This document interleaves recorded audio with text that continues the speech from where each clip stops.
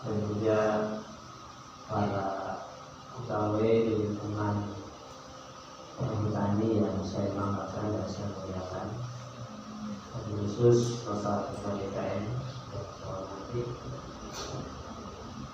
Puji dan syukur mari kita panjatkan kehadirat Allah. Alhamdulillah pada siang ini kita bisa berkumpul kembali bersilaturahim setelah kita melaksanakan sholat zuhur berjamaah. Mudah-mudahan ibadah saum dan sholat kita diterima oleh Allah Subhanahu wa Ta'ala. Salawat serta salam semoga Allah senantiasa melimpahkan kepada baginda alam Nabi kita Habibana wa Nabiyana Muhammad sallallahu alaihi wasallam. Terima kasih kepada semuanya yang sudah tetap istiqomah walaupun sebentar, tapi biasanya yang nikmat itu yang sebentar, Pak. Nah, sebabnya punten sebelum dimulai ada istilah orang yang melaksanakan perbuatan zina. Zina itu kan indah, Pak. Jadi hartosna zina itu adalah keindahan. Jadi indah tapi sesaat, tapi menyesal selamanya, itu namanya zina. Jadi itu yang aneh. Kalau jami'an zina teralami paling satu demi. Kemudian Bu, saya caranya ada seperti itu mah. Baik, pada siang ini saya akan menyampaikan satu ayat ya, yang dulu ditanyakan kalau tidak salah tentang istidraj. Di dalam Al-Quran surat Al-A'raf ya, ayat 183. Di sana dijelaskan tentang apa yang dimaksud dengan istidraj. A'udzu billahi minasyaitonir rajim. Bismillahirrahmanirrahim. Walladzina kadzdzabu bi ayatina sanastadrijuhum min haitsu la ya'lamun. Kata Allah, walladzina kadzdzabu, dan orang-orang yang mendustakan. Mendustakan agarnya ngomongkeun. Bi ayatina, mendustakan apa? Ayat-ayat kami, artinya ayat-ayat Al-Quran. Kemarin sudah dibahas sedikit ya tentang Al-Quran. Jadi Al-Quran yang jumlahnya 6.666 ayat, semuanya benar, Pak. Tidak ada yang salah dan menyalahi. Maka kalau ayat jalmaan hebat dan Al-Quran bertentangan, itu sudah belok gitu. Apalagi ayat Al-Quran diganti, itu sudah gila. Zaman Rasulullah SAW juga tidak ada yang berani suruh mengganti ayat Quran, tidak ada.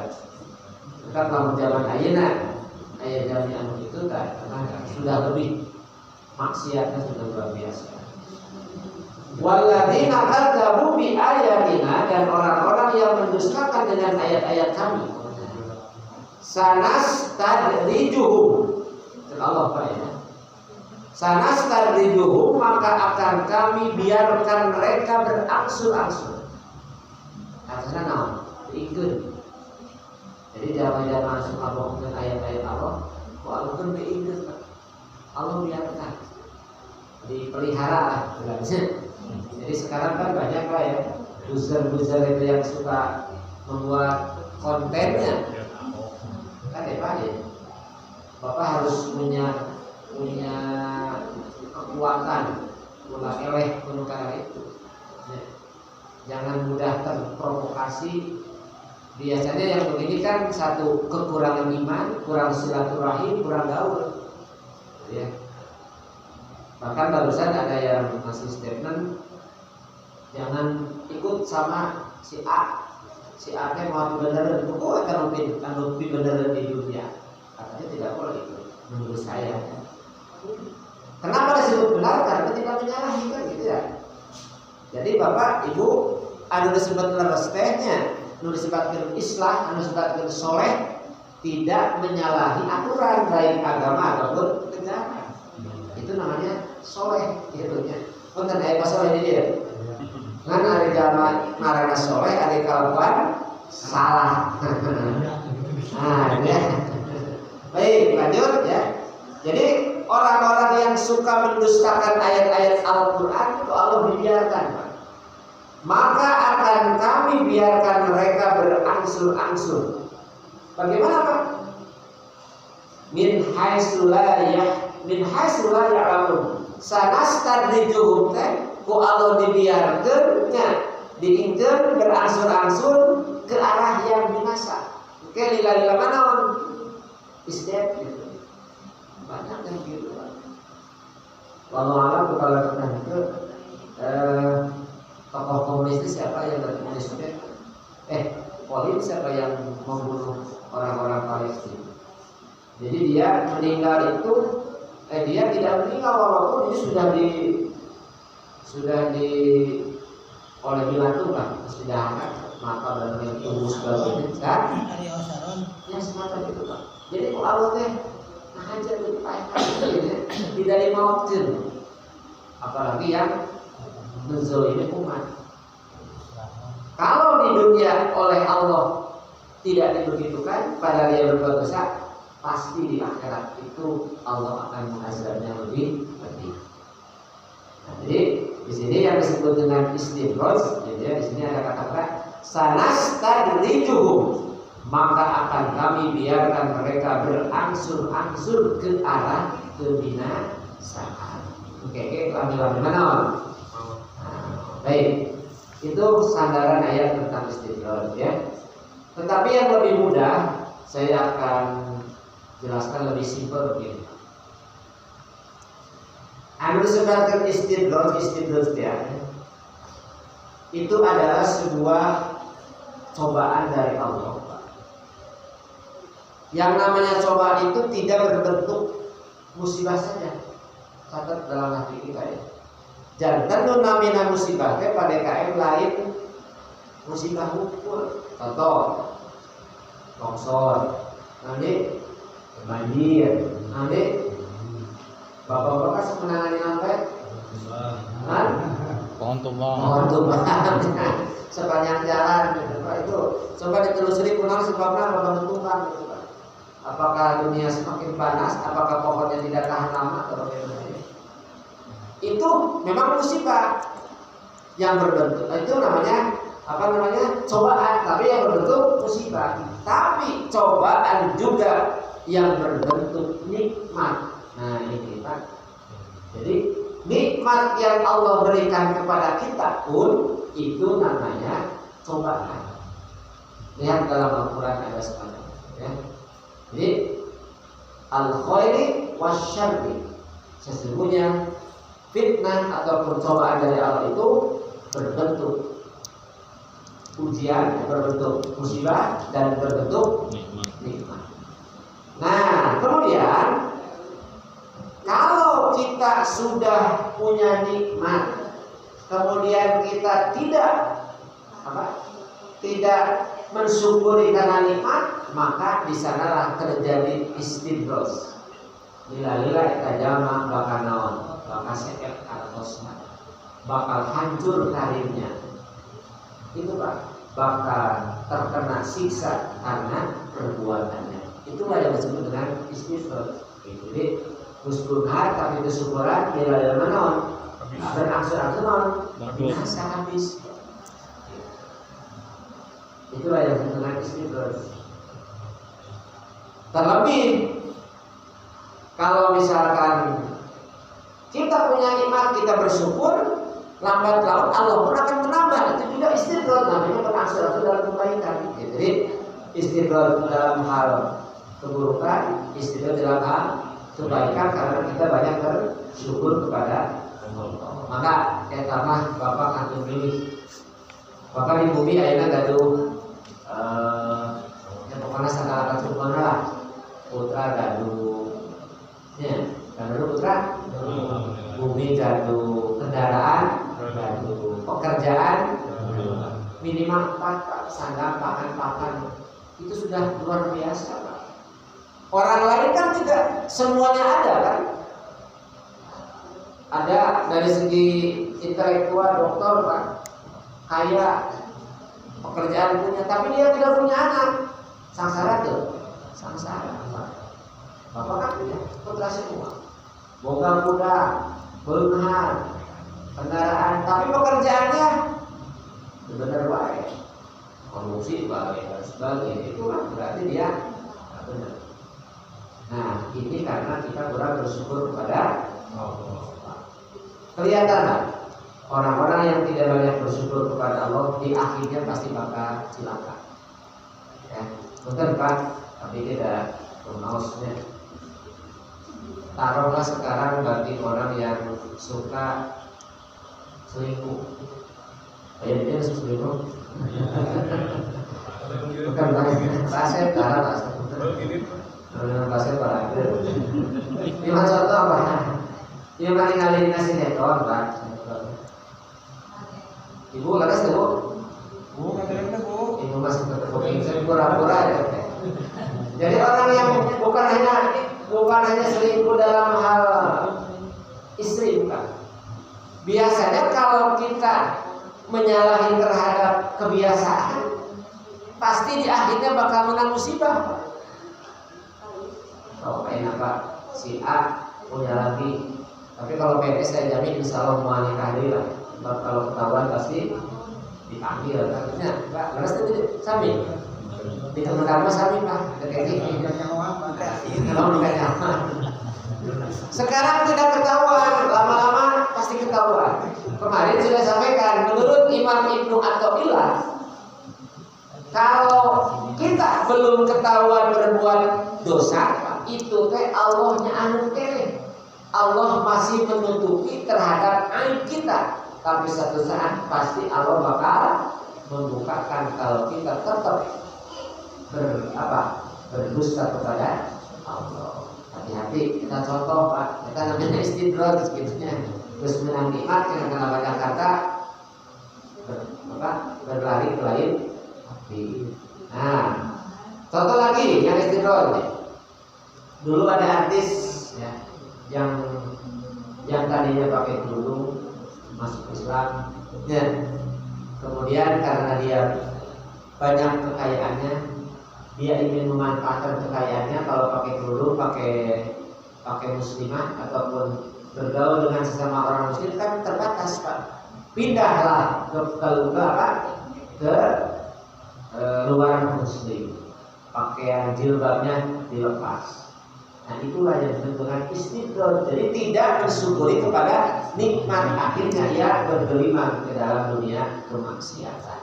Ini yang tidak diperbolehkan istidroj. Jadi berangsur-angsur kata Allah tadi, walladzina kadzabu bi ayatina sanastadrijuhum. Sampai-sampai berangsur-angsur dia pasti akan mendapatkan kebinasaan. Ya. Nikmat tambah, iman menurun, ya kan? Rezeki lancar, ibadah pokok. Sehingga sah.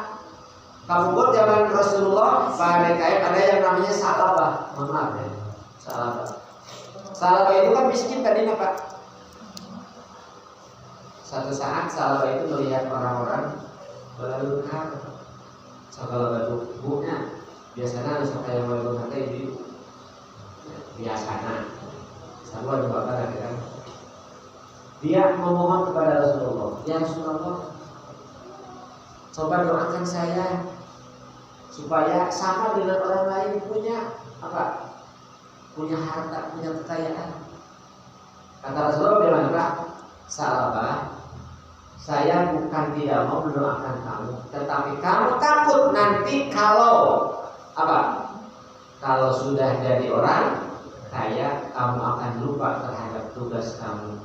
Kamu akan mengabaikan tugas kamu sebagai seorang muslim. Sahabat malah swear dijamin. Pokoknya kalau kami asup Islam, kalau saya sudah kaya pasti rajin, pasti berbangun sodako. Sananya sodakonya 2.000 pasti mah coba.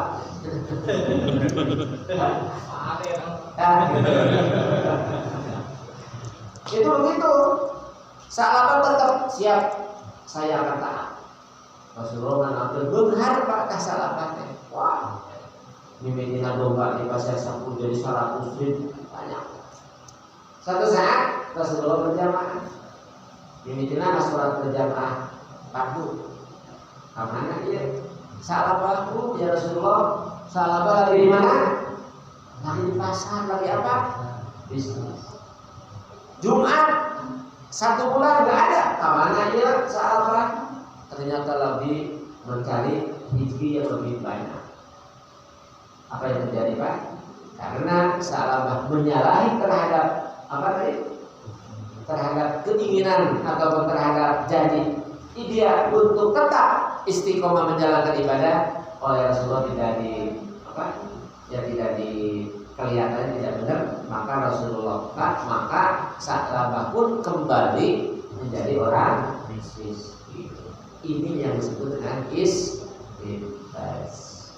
Baik, itu saja Bapak Ibu sekalian, hanya sekilas ya. Mudah-mudahan ada manfaatnya walaupun sebentar. Insyaallah lain waktu kita lanjutkan. Alhamdulillah ini sebenarnya Rasul. Baik, silakan kalau ada ya, kalau tidak ada jangan dipaksakan. Terima kasih. Sekian dulu. Assalamualaikum warahmatullahi wabarakatuh. Waalaikumsalam warahmatullahi wabarakatuh.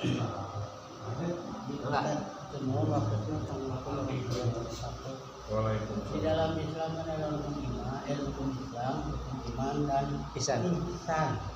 Ihsan itu adalah level tertinggi daripada ketakwaan. Bagaimana kiat-kiat ihsan itu supaya kita melekat di dalam jiwa kita. Jadi ihsan itu Allah itu tidak ada, tapi segala sholat dengan yang kegiatan sholat Allah itu seolah-olah ada di depan kita lagi. Bagaimana kiat-kiat itu menambahkan jiwa kita tetap ihsan. Ya, terus bahasanya benar? Pak Iwan. Pak Iwan, turun Pak Iwan. Pak Iwan rajin harus. Betul Pak. Arif Ako Ibna Iman itu kan ada 50. Iman, Islam, ihsan. Bahkan bagi yang pernah ikut ISQ kenapa? Arifin Ajar itu landasan pokoknya itu adalah 165. 1 itu adalah ihsan Pak, betul? 6 itu adalah rukun iman, 5 itu adalah Islam. Iman jelas, rukun iman yakin, Islam menyerahkan diri, ihsan itu adalah anta'budallah ka'annaka tarahu fa illam takun tarahu fa innahu yaraka. Apa artinya? Kamu beribadah kepada Allah seolah-olah kamu melihat Allah Pak. Jadi dalam doa sholatnya sana harus dipayung kita ya seolah kita melihat Pak. Kalau kita merasa dilihat oleh Allah pasti kita akan benar Pak. Ayo duluan jadi dia Bapak kerja pasti bakal benar kerjanya. Tapi kalau nggak ada minuman minuman oke? Pak ilham takun tarohu pak innahu yaraka. Tapi seandainya kamu tidak melihatnya pasti dia melihat kita. Itu yang menerapkan dalam keyakinan itu. Jadi bagaimana Pak untuk menerapkan aplikasi keseharian hidup kita? Salah satu jalan itu adalah kita harus berbuat jujur. Jujur Pak. Kata kayak lagu jujur. Jujur apa ya? Jujur itu artinya apa? Kalau pokoknya Pak pekerjaan apapun itu kalau sudah jujur aman semuanya. Mencari kejujuran sangat sulit. Ya, jujur, ikhlas, sabar. Jujur, ikhlas, sabar. Eta kunci kita keberhasilan untuk mencapai kepada derajat tadi Pak ihsan. Dalam ulang jujur apa? Banyaklah perbuatan yang dosa. Bapak-bapak insya Allah jujur-jujur saja ya. Ayah dulungan berjamaah, ayah dulungan. Kenapa? Karena kita ya sebagai tugas kita. Ikhlas. Habis sholat berjamaah suruh duduk kata mereka dulu. Ikhlas ada diukir itu pasti jalan-jalan tinggal mendengarkan. Jujur, ikhlas, sabar. Ikhlas, sabar itu kunci. Ikhlas, jujur dan sabar. Dan yang terpenting adalah yang disebut ihsan itu adalah berbuat baik. Jangan kita merugikan, menzolimi, menyusahkan orang lain. Jadilah di antara kita ini adalah orang-orang yang saling membantu. Wallahu fi aunil abdi ma kana al-'abdu fi auni akhihi, itu kata Rasulullah. Demi Allah, wallahu fi aunil abdi, orang yang membantu hambanya, maka al-'abdu fi auni akhihi, itu Allah pun nanti akan membantu di akhirat. Seperti kita semua membantu kepada saudara. Itu saja Pak, itu dari saya sebagai resep. Yang penting jujur, ikhlas dan sabar. Dan paling utama adalah kita jangan merugikan orang lain. Itu namanya konsep ihsan, berbuat baik. Satu lagi kalau ada. Enggak.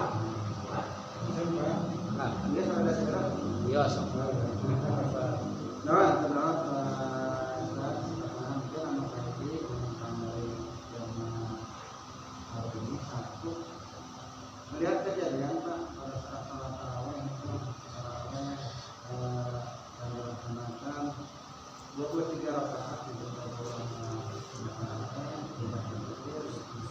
tadi di perjalanan itu lewat satu rakaat gitu.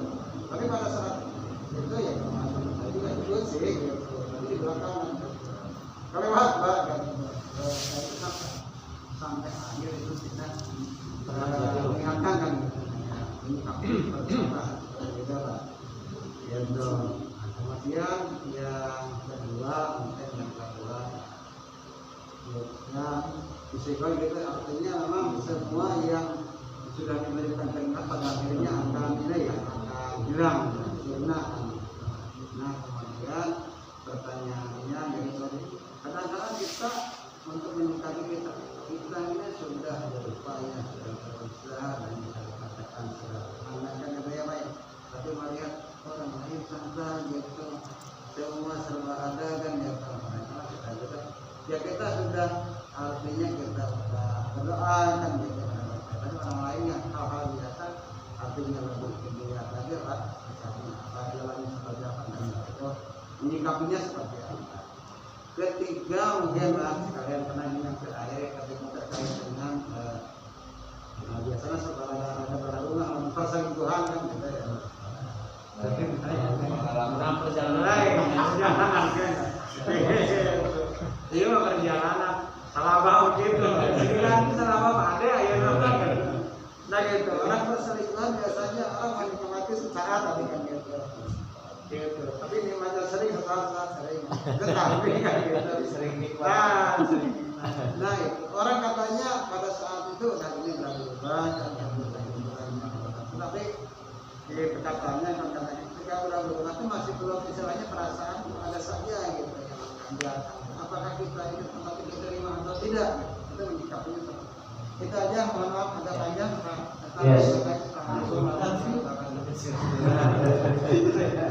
Anu kahiji perkawis gini Pak, yang namanya tarawih itu kan satu arti kata tarawih itu adalah istirahat. Yang kedua tarawih itu kan kalau mau melihat perbuatan yang biasa dilakukan oleh Rasulullah itu dihitung pas, tidak boleh lebih, tidak boleh kurang. Yang saya tahu yang Rasulullah biasa lakukan adalah 8 tambah 3 berarti 11. Yang 23 itu para ulama belakang tambah 23 20 tarawih di lunak. Jadi ada juga yang 40 36 ya itu juga ada 36, sisanya 3 bikin berarti 39. Kalau Bapak misalkan niat mau yang berapa, misalkan 20 ya atau 23, Bapak kurang hiji, kurang bingung, tambahan Pak. Tidak boleh. Kalau kurang 1 kurang 2 Bapak dibiarkan jangan. Sebab tidak ada hitungan 18 tidak ada. Dan contohnya 16 nggak ada. Atas Pak. Jadi lamun kurang pada kalau 2 kilo kos 20 penuhi.